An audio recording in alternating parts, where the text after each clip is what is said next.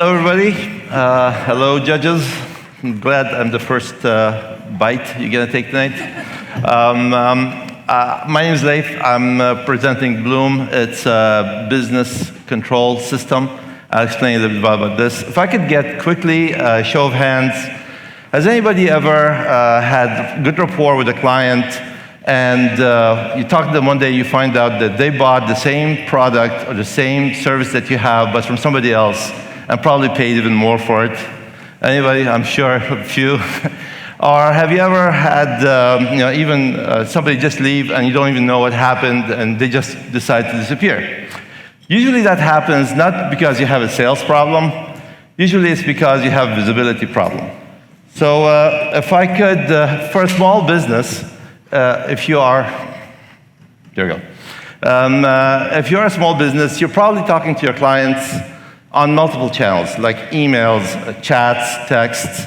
You're sending them invoices. You are using CRM system. You have a lot of ways to talk to them. And usually it's not you alone. You are with a group of, let's say, 5 or 10 people. They're also talking to their clients. They all have their own systems because it keeps them more efficient. And they keep data, and they have data secure. So all this is great. It helps your business function very, very well. But what happens when you want to ask a question? You want to know the status of something. Now you have to go and sift through all this data. Some of it's going to be in Excel sheets. Some of it's going to be in PDF files. Some of it's going to be in PDF files that are 50 pages long. And what you really want is in page 42 or something. And of course, when you try to access these systems as well, these are, everybody is a gatekeeper of their data. So you have to find the right people. You ask them the right question. It creates a lot of noise just to get information on what's going on. Usually this process is very, very chaotic, honestly. And you never end up getting the entire picture, and you end up having to make decisions based on partial information or bias, because everybody tells the story the way they make themselves look good and the hero. So how do I know about all this information? I have run an IT company for 25 years, an MSP. We've dealt with hundreds of clients.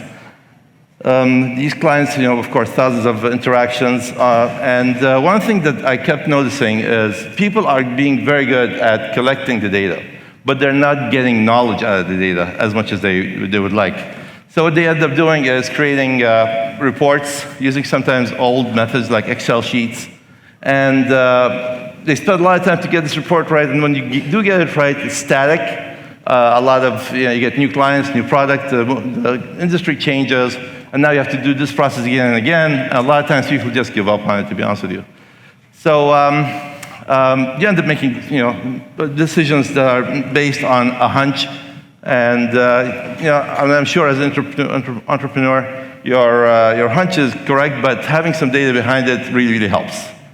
So I started thinking, what if there is a system that reads all your data, regardless of your platform? It reads all your data, and it gives you some kind of alert when you're losing focus, your group is losing focus, or when a client is not satisfied and they're about to, gives you signs that they're going to leave, or your employees are not doing what they're supposed to do, or if you're missing out on opportunities.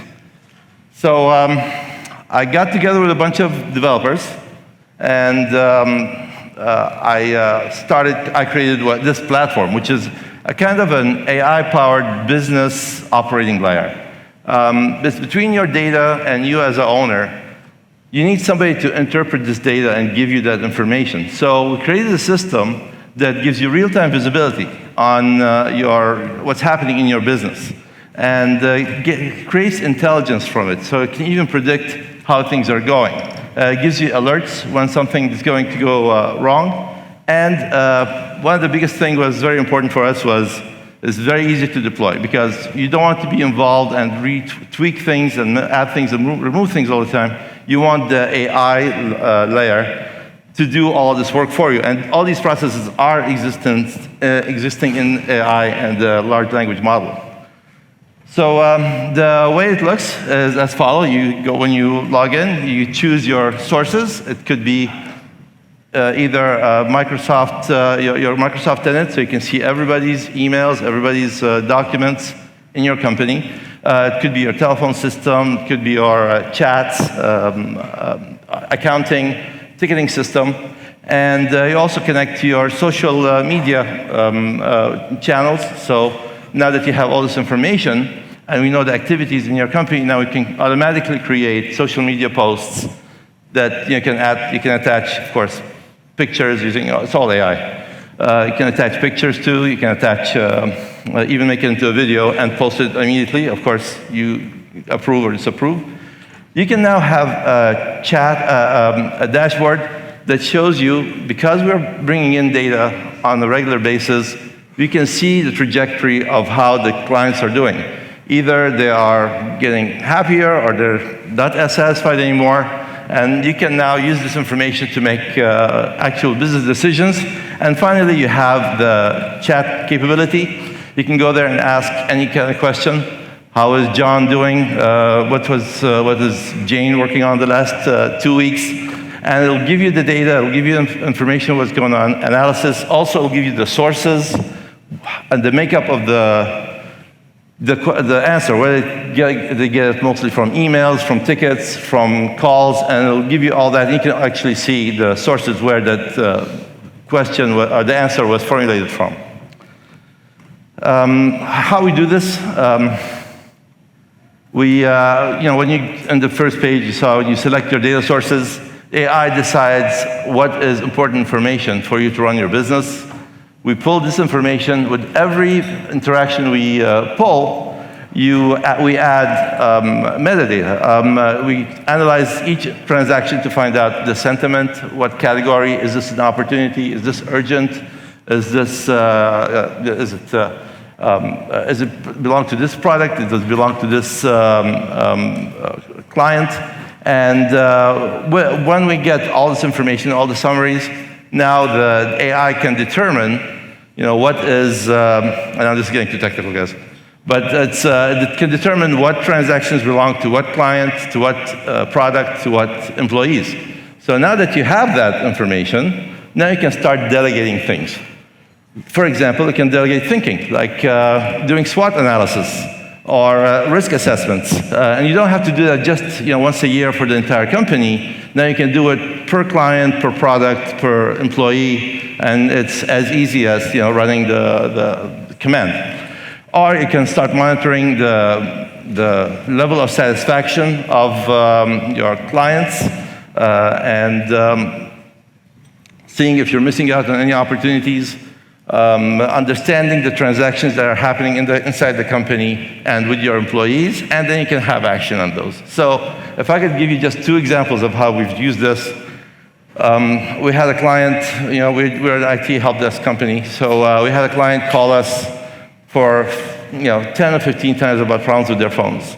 Now, every time they called, a different technician took the call, so it really didn't raise the level of urgency inside for each technician. So, of course, I get an alert that the last email or last transaction, the client said, hey, this is the 3rd time I call about this. This is getting very frustrating. The AI was able to detect that and give me an alert that, hey, there's a call from a client with a negative sentiment. So instead of waiting for this to become a big thing, I got the alert. I ran a report on the transactions that they've had and what was the cause of it. It turned out that they ran out of licenses. I attached that report to a quote and got it approved by the client. Saved the client and maybe made a couple of dollars. The other thing where it was very, very helpful, about 6 months ago, I acquired a company, dispatch company, worldwide dispatch of field engineers. And a lot of the work is in Latin America. And a lot of the interactions are in Spanish and Portuguese. And in, of course, America as well, because most of the work is done in the United States. Before I met the staff, I was able to connect to their 365 tenant and their QuickBooks and their ticketing system. And just from these 3 sources, I had a very good idea on which are the best clients, the best paying clients, where the problems are with the operations, who's doing the most work. And when I actually met them, I had a lot of context to talk to them. So, so why can't we do this right now? Obviously, AI is enable us to do all these things. They can understand human interactions, and it's a lot better than before. The fact that, and we are in this industry, almost nobody builds their own server anymore. Everything is in the cloud. We have not installed an on-premise server in a long time, and because it's in the cloud, data is accessible securely and easily. I mean, there was a time a few years ago when people used to charge to connect through APIs. And the other thing is, with AI and the chatbots, people are getting used to asking a question and getting the answer. And nobody wants to read, 50 pages of PDF to find the answer on page 42, to be honest with you. So, so it created an appetite for this. So we are going to give this as a SaaS product. It's at a price point that's very affordable for small businesses. We are hoping to get anywhere between $300 to $500 a month for people. I think most people that are going to benefit from it are COOs and business coaches, fractional COOs, and these people can use this as a tool to speed up the process of doing SWOTs and finding about the business and to improve their business. Also, the AI model determines your KPIs and tells you if you are on the right track or not. So we've been working on this for 3 years, and we've been through a lot of tweaks. We've done a lot of, we added a lot of services and a lot of adjustments. This has a natural interest in it. We get about 3 to 4 people signing up a week. We don't do any advertising. We just have a website, and there's a problem with adoption. So this is with actually integrating and using it, but we're working on that. We have done some market research, and I did some a survey with what's it called, SurveyMonkey. And about 60% said that they are interested in a product like this that'll give them at least 4 to 8 hours a week extra of free time, and that they are willing to invest in a solution like that within the next 6 months or so. And this was like a few months ago. So they have 2 minutes. All right. So what we're asking for, we're still in the building phase. There is a lot that we can do with the product. There's a lot more. We need to work on accuracy. We need even more, and we need to introduce new models. We also need to have more integrations and more testing. So we need $1 million to get it to the first 200 paying clients. That'll definitely pay for itself. And after that, we'll probably have another phase where we can go and scale it up. And basically, I just said this. So basically, this is the product. It should help you prevent, first of all, see what's happening in your operation, see what's happening with your clients, and hopefully prevent your competition from stealing your clients. So on behalf of the team at Bloom, thank you for your time, and see you outside.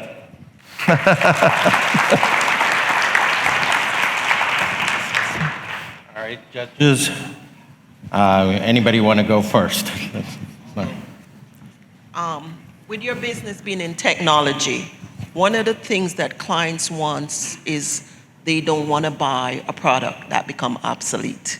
So what do you do? What do you have in place to upgrade if a client buy a product? It's a software as a service, so the more I improve, of course, AI is improving, so I will have to integrate new technologies, new services into it as we go. So with a lot of these companies, it's never static. So I always have to bring in new technology, new testing, and new models, and maybe even redirect things to specific industries. So there's a lot of opportunities with that. And the first stage is very generic, any small business. And this is, again, it's a big company would have an ERP system that ties in everything together. This is for companies that do not want to spend $500,000 on a system and just taking whatever you already have and making sense out of it. So with time, it'll adapt with the technology that is available. One of the questions. Go ahead. One of the question, have you identified your competitors and talk about plans to leverage against them? Yes, there are competitors, not necessarily doing exactly what I want. So Microsoft is doing only their Microsoft environment. Other companies will connect to an API and get just one function going. This is the only one that, of course, there's like things like Get Cody or something, where you upload your files and you can do searches on it. Well, this is a little bit different because this one has a snapshot of your business every day. So there's a history. How are we doing today versus 2 months ago? And we're enhancing all the transactions with metadata that we're doing. So running AI on each imported bit of information. So it's adding a lot of context to what you're doing. And a lot of the companies, for example, Microsoft Copilot, just to say hello to you, they want $6,500 to get started, and then $300-400 a month to pull that information. And this is, to me, and to my clients, is unrealistic. That's why I wanted to do a lower price point. It gets you a lot of information that you do not have access to right now. But with time, of course, it's adaptive. You can make it more accurate, and of course, what we do at the back will make it more accurate as well. We're going to go to Tope and then come back to Doug. Hi, Laith. I know I'm a B2B SaaS founder. This is really hard, and you're amazing. Thank you. I read your bio, and I did some research, and I was really hoping you were going to start by saying, I have 40 years of experience in this, and I've saved clients $10 million in 40 minutes. Right? Like, that's kind of the way to start. Like, that's what I was going to say with the pitches, is that you have such amazing data points in here, and a lot of them get lost. And so I'll email all of this to you because I used to be a professor. But I want you to think about some key things. So with the customer discovery, right, you've worked with all these companies. With the go-to-market strategy, if Cam can go, I'll let Cam go because she's the expert on that. But really talk about those networks. Are these networks that you've worked with, you've saved them money, they already can vouch for you? How does that fit into the $1 million that you're going to use, right? So that's key. I would say really highlight that $10 million that you save for that client up front, who you are up front, because that makes us really excited. Also, testimonials are very, very important. And with these 600 signups, how much have you saved overall, right? Not just in that time, because we're not as smart as you. We don't know what 4 to 5 hours means. And just like with the competitors, you have beautiful slides and a really, really messy problem. So start off with, right now they're using Tableau, right? They're using Microsoft Pilot, they're using Salesforce Einstein, they're using all this stuff, and they could just use me, right? So make it messy looking, make it stressful. And then I'll also end with, depending on what investors you're talking to, so we've raised from family houses, from like institutions, all different places, impact. Think about your impact. What you're doing right now is you're democratizing business intelligence during economic shifts. That's huge, right? So everyone's going to be looking for what you do. Everyone's going to be wanting to save millions of dollars, right? And so those are the things that I think are key. Those could have been 5 slides to get you that $1 million. So think about what you have now as a reading deck that you would send like after you meet, because there's a lot of words, and really have that pain and that emotion and how amazing you are, because you are Laith. You are the Laith. And I think that, thank you. Doug? Yeah, I agree. I think this has been a fantastic presentation, but I also agree when I'm taking a look at it, and I think you said your focus is on 2 million to 5 million small business customers. Yeah. So are you saying 2 million to 5 million in revenue? No. What's the revenue size company you're calling on? It's mostly businesses that have 5 people and above. I think these people will get the most value out of this, because you have employees and probably distributed employees. So between 2 to 5 million companies in the United States fall into this range, and also worldwide there's 100 million. Because when you talk about 5 people and above, it's a big scale. And I wonder if you think about this, you talk about a price point of $300 to $500 a month. Yeah. For the smaller companies, this could amount to 1% to 2% of their annual budget. Yes. And so I think coming back to what you said, I need to have a demonstrated return on investment that I'm making. Because I can tell you, just from a banking perspective, when we engage some of those clients, we talk about our treasury management services. Yeah. If it isn't free, people are concerned because that's coming right out of their pocket. Right. So you've got to demonstrate that strength. I did say, I think that you did a lot of nice work in this. I guess a question I have is just from a security standpoint. Yeah. You're gathering all this data, and 2 things I see from a security standpoint. How do you keep their data safe? And then how do you keep an unsafe company from potentially infecting your code the other direction? I mean, I'll be honest with you, I get asked this a lot. I think the conversation about safety in the cloud has been won already. Because if you are at home or your own office, and you have your own sonic wall firewall or something, that is nothing compared to the big guys that have 6 layers of firewalls, right? So, of course, we have to get consultants to create security measures, encryption, multiple levels of firewall and 2-factor authentication, all that stuff, and following a standard, like an ISO standard or something, to give the assurance that we're secured. Of course, we're not hosting things on a server at home. We're doing it all with Amazon, which already has their own security standards. So definitely, this is not a rubber band and a piece of gum at home. This is actually, we're using scalable models that we can grow with. Yes. Jonathan, over to you. Great presentation. Thank you. There was one mic that wasn't working earlier. We good? You're gonna have to use it.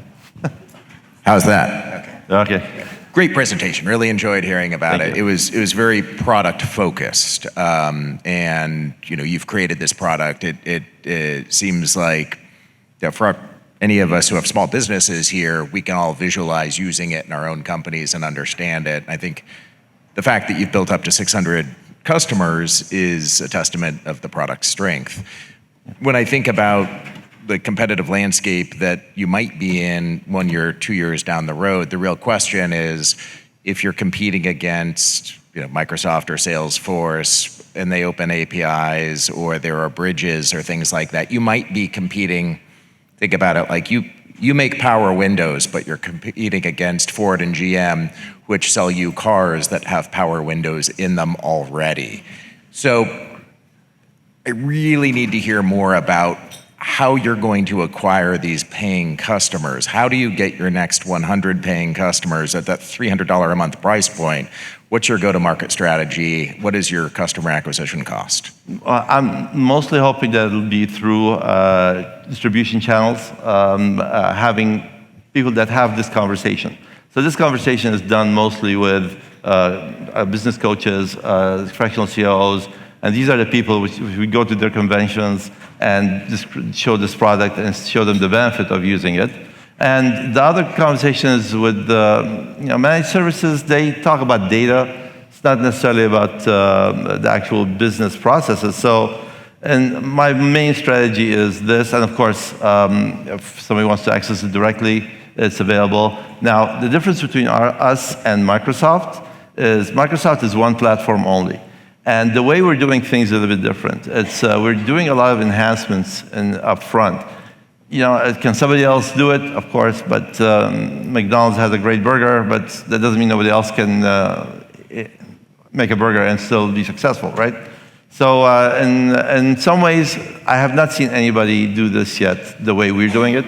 And especially nobody has done it for 3 years, where we've done a lot of tweaks and changes. So we believe that we have something that is solid here. And yeah, I mean, if I have to fight against Microsoft, I'm going to need some help, guys. All right. Well, join me in thanking Laith for going first and for his presentation. Thank you, everybody.